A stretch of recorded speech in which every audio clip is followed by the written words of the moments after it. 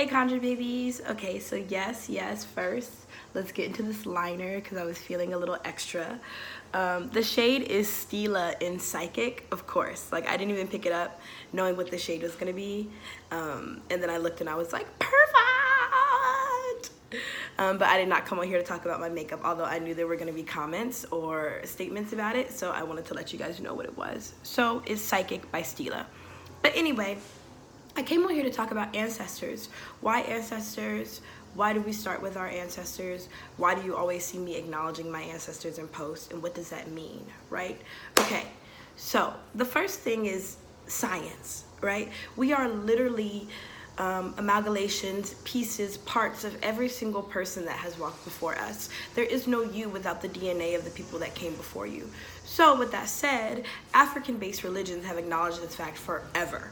Other religions in the global diaspora have as well, but African-based religions especially have always put an emphasis on acknowledging the people that walked before you.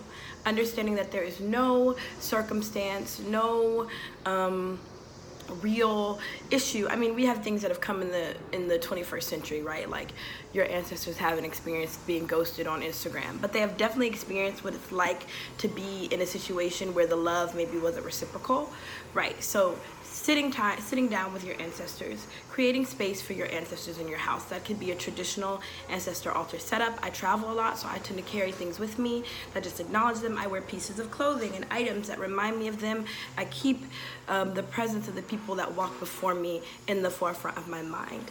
This, I feel, is especially important for Black people of the diaspora who have been disconnected from that.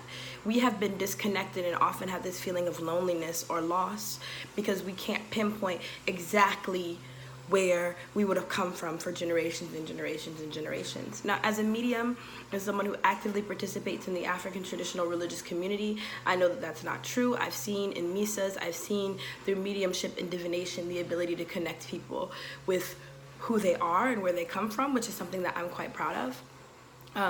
But spending time with your ancestors, create a small ancestral space, set up a little altar, and just see what happens. Talk to them. Make it your space for quiet meditation. Give it a try.